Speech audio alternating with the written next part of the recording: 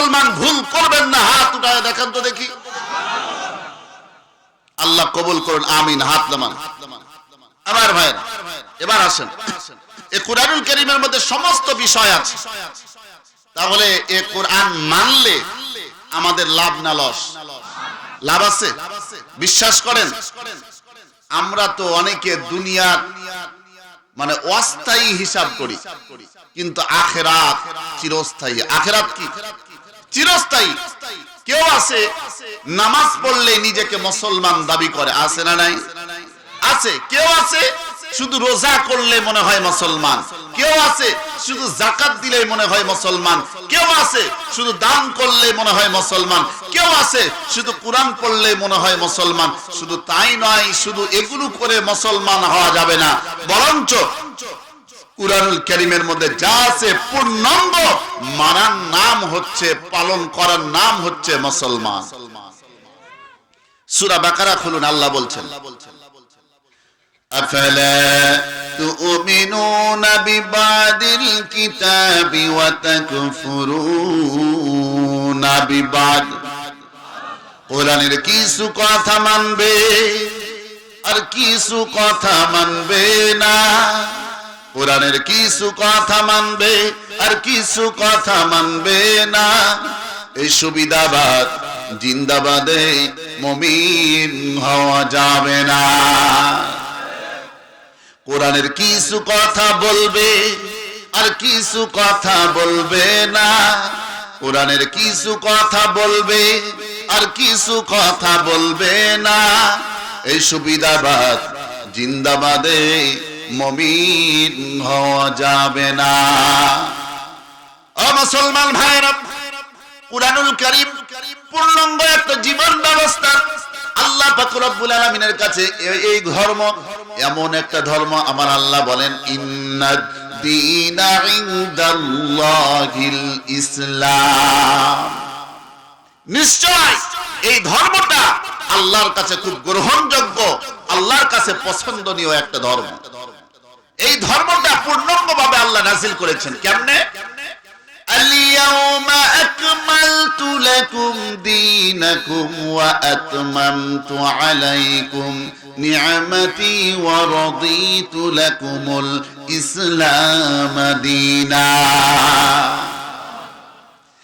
এই ধর্মটাকে, ইসলাম ধর্মকে আল্লাহ পাক রব্বুল আলামিন পূর্ণাঙ্গভাবে নাযিল করেছেন, আমাদের জন্য দিয়েছেন।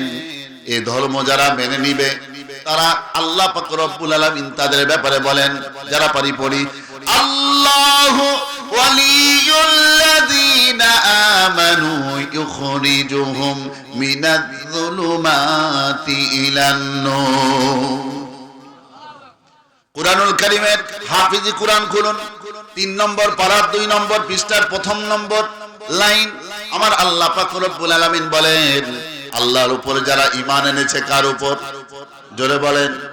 আল্লাহর উপর যারা ঈমান এনেছে, ঈমান আনার পরে আল্লাহ পাক রব্বুল আলামিনের যে বিধি বিধানগুলো রয়েছে, বিধি বিধান কি? তারাক্তু ফীকুম আমরাইন লান তাদিল্লু মা তামাসসাকতুম বিহিমা কিতাবাল্লাহ ওয়া সুন্নাত রাসূলি। এই হাদিসটা আমার নবী কখন বর্ণনা করেছেন? মক্কাতুল মুআজ্জামা, আরাফার ময়দান নাম শুনছেন নি? হাজী সাহেব যারা হজ করেছেন, আরাফার ময়দান, হজের ময়দান, যেই জায়গাতে আল্লাহ পাক রব্বুল আলামিন বান্দারা যেই দোয়া করুক, দোয়া করতে দেরি, আল্লাহর কাছে দোয়া কবুল হতে দেরি হয় না। এই আরাফার ময়দানে আল্লাহর নবী, বিশ্ব নবী জাবালে রহমত পাহাড়ের সামনে দাঁড়ালেন। দাঁড়ানোর পরে আল্লাহর নবীর সামনে ৮০,০০০ সাহাবী। কত হাজার? আরো জোরে, কত হাজার?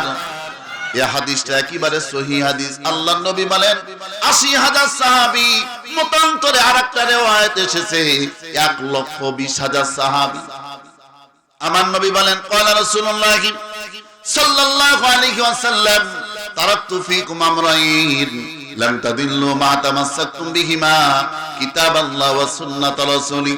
ও দুনিয়ার মানুষেরা, তোমরা যদি দুইটা জিনিসকে যদি আঁকড়ায় ধরো, তাহলে তোমরা কখনো পথভ্রষ্ট হবে না, তোমরা কখনো জাহান্নামের পথে যাবে না, তোমরা কখনো ধ্বংসের পথে যাবে না, তোমরা কখনো বেপথে যাবে না, তোমরা সঠিক পথে থাকবে, তোমরা জান্নাতের পথে থাকবে। বলুন, ঘোষণা দিয়েছেন তার নামটা কি? মুহাম্মাদুর সাল্লাল্লাহু আলাইহি সাল্লাম। কিতাব আল্লাহ, আল্লাহর কিতাব, তার নাম কি? আল কুরআন। 2 নম্বর, রাসূলুল্লাহ সাল্লাল্লাহু আলাইহি সাল্লামের চরিত্র, তার আদর্শ, তার সুন্নাহ, অর্থাৎ 63 বছর জিন্দেগি আল্লাহর নবী কিভাবে কথা বলেছেন, কিভাবে কাজ করেছেন, কিভাবে করতে বলেছেন, আল্লাহর নবী কিভাবে রাষ্ট্র চালাইছেন, কিভাবে বাস্তবায়ন করেছেন, কিভাবে কথা বলেছেন, প্রত্যেকটা বিষয়কে মেনে নেওয়া নাম হচ্ছে ইসলাম। এবার আমার মূল আলোচনায় আসি। আমি যে আয়াতটি তেলাওয়াত করেছি আজকে, 2টি আয়াত। কয়টা আয়াত? জোরে বলেন। সূরার নাম সূরা আলী ইমরান। সূরার নাম কি? জোরে বলতে হবে। আয়াত নম্বর 102, 103। পূর্ণাঙ্গ আলোচনা করার জন্য চেষ্টা করব, আল্লাহ যদি কবুল করে, বলে ইনশাআল্লাহ। আমার ভাইরা, একটু সময় যদি বেশি লাগে আপনাদের সমস্যা হবে, কষ্ট হবে। তবে শুনেন, নবীজি বলেছেন আল্লাহর কোরআনের মহব্বতে যারা সময় ব্যয় করবে আল্লাহ তাদের উপরে খুশি হয়ে যান। শুধু তাই নয়, আল্লাহ তাদেরকে নিষ্পাপ বানায় দেয়। মান হাফাযা আলা শুফাতিদ দুহা গুফিরা লাহু মা তাকাদ্দামা মিন যামবি ওয়া ইন কানাত মিসলা যাবাদিল বাহর। বান্দারা ওয়াজের মধ্যে যখন কাটবে, আল্লাহর কাছে চাইবে, ক্ষমা চাইবে, আল্লাহ বান্দার জীবনের সমস্ত গুনাহগুলোকে মাফ করে দিবে। আল্লাহর ভান্ডারে কি কম আছে ভাই? আল্লাহর ভান্ডারে কম নাই। আল্লাহর কাছে যত ইচ্ছা চাইবেন, আল্লাহ দিতে কমতি করবেন না। আমার ভাই, আল্লাহ পাক রব্বুল আলামিন বলেন, ইয়া আইয়ুহাল্লাযীনা আমানু। আল্লাহ বলছেন, হে ঈমানদারগণ, যারা মুসলমান ঈমানদার, তাদেরকে ডাক দিয়া বলছেন, ইত্তাকুল্লাহ, আমি আল্লাহকে ভয় করো। ভয় করতে হবে কাকে? হাক্কা তুকাতি, ভয় করার মতো ভয়, দুনিয়ার কোনো ভয় নাই, স্পেশালি ভয় আল্লাহকে আলাদা ভয় করতে হবে, যে ভয়ের দ্বারা ওয়ালা তামুতুন্না ইল্লা ওয়া আনতুম মুসলিমুন, আমরা যেন মুসলমান হয়ে মরতে পারি। কি হয়ে? জোরে বলেন। মুসলমান হয়ে মরতে পারি। কেমন ভয় করতে হবে? আমরা যে নামাজ আদায় করি, নামাজের মধ্যে খুশি খুজু নাই, আছে। একটু যদি ইমাম সাহেবের পাশে মসজিদ নাই, মসজিদ আছে তো, ইমাম সাহেব নামাজ পড়াচ্ছেন, তেলাওয়াত একটু লম্বা হচ্ছে, পিছন থেকে আছে না নাই, এই ধরনের কাশি দেয়, তার মানে হুজুর সতর্ক, লম্বা হয়ে যাচ্ছে, একটু তাড়াতাড়ি করেন, কেরাত খাটো করেন। এই নামাজ আল্লাহর কাছে কি কবুল হবে? কবুল হবে না। আমার ভাইরা, কেমনে কবুল হবে না বলতে পারেন? হুজুর, এত কষ্ট করে নামাজ আদায় করছি, এই শীতের সময়, ঠান্ডার দিন, কষ্ট করে ভোর রাত্রে, শেষ রাত্রে আমরা উযু বানাচ্ছি, নামাজ কবুল হবে না? একটা কথা হলো, কারণ হচ্ছে আপনার নামাজের মধ্যে খুশু খুজু নাই, আল্লাহ ভীরুতা নাই, আল্লাহর ভয় নাই। এক্সাম্পল, একটা উদাহরণ দিচ্ছি, এরপরে সামনে চলে যাব ইনশাআল্লাহ। বলে আমার ভাইরা, তাফসীরের মধ্যে ঢুকতেছে। বনি ইসরাইল, মুসা নবী নাম শুনছেন? কারা কারা শুনেন না? হাত উঠান। দেখছেন? কারা কারা শুনছেন? এক হাত উঠান। আলহামদুলিল্লাহ, হাত নামাই। মুসা নবী উনি রাস্তা দিয়ে যাচ্ছেন, এমন সময় মুসা নবী আল্লাহর সাথে কথা বলবেন, এই জন্য রাস্তা দিয়ে যান। কার সাথে? জোরে বলেন, জোরে বলেন। আল্লাহর সাথে কথা বলবেন। ওই এলাকার মধ্যে একজন শিল্পপতি, কোটিপতি, বড় টাকা পয়সাওয়ালা মুসা নবীর সামনে হাজির। বলতেছে, আল্লাহর পয়গম্বর মুসা, আপনি কোথায় যান? বলতেছে, আমি তো যাই আল্লাহর সাথে সাক্ষাতের জন্য, কথা বলার জন্য। জোরে বলুন আল্লাহু আকবার। আরো জোরে আল্লাহু আকবার। আপনাদের কষ্ট হচ্ছে? চলবে? আমার ভাইরা, মুসা নবীকে বলতেছে আল্লাহর পয়গম্বর মুসা, আপনি আল্লাহকে যা বলবেন। কাকে? জোরে বলেন। মা বোন কি আছে? কম না বেশি?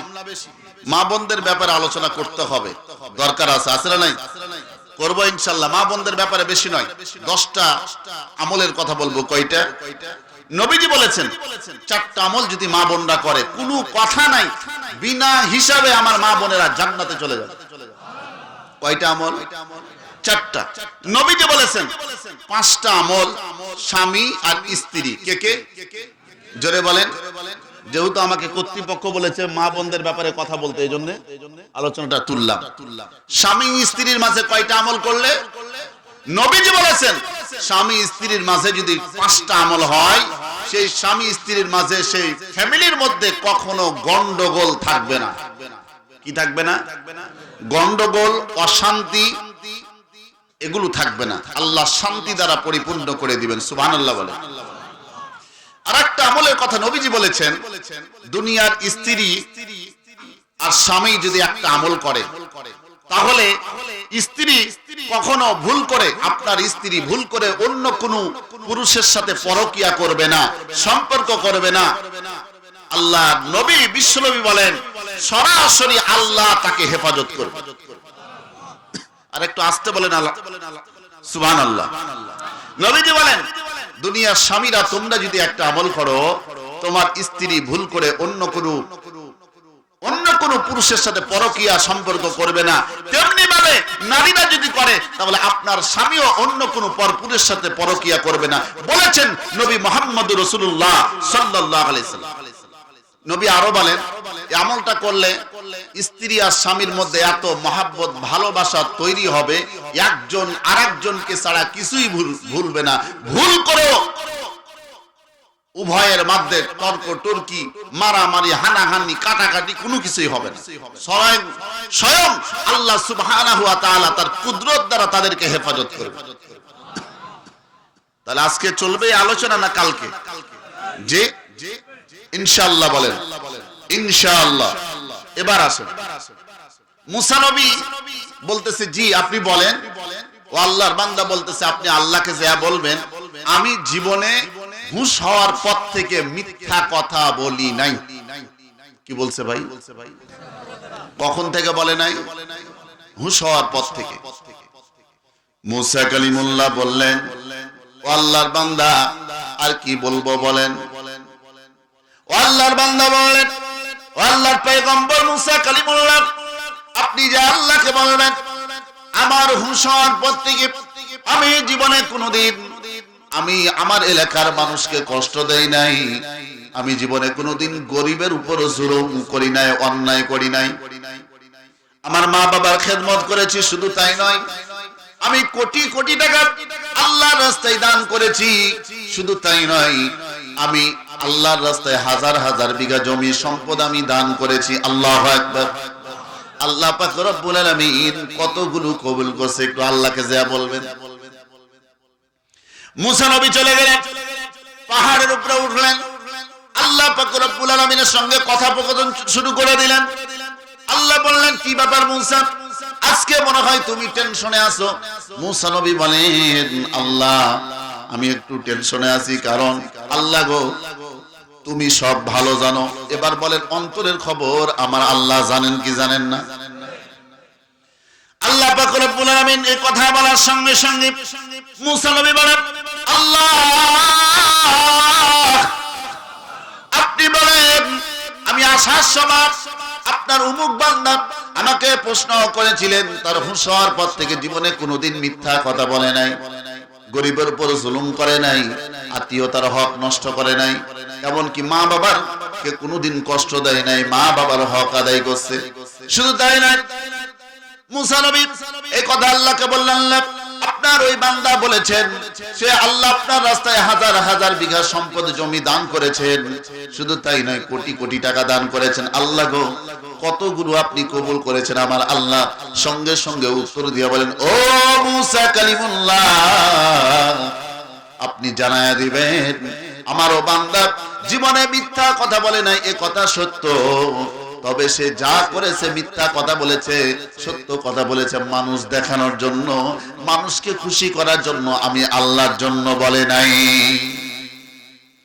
শুধু তাই নয়, মানুষের উপকার করেছে, গরিবদের উপকার করেছে, মা বাবার খেদমত করেছে, এগুলো আমি আল্লাহ এই ইবাদতগুলো কবুল করে নাই।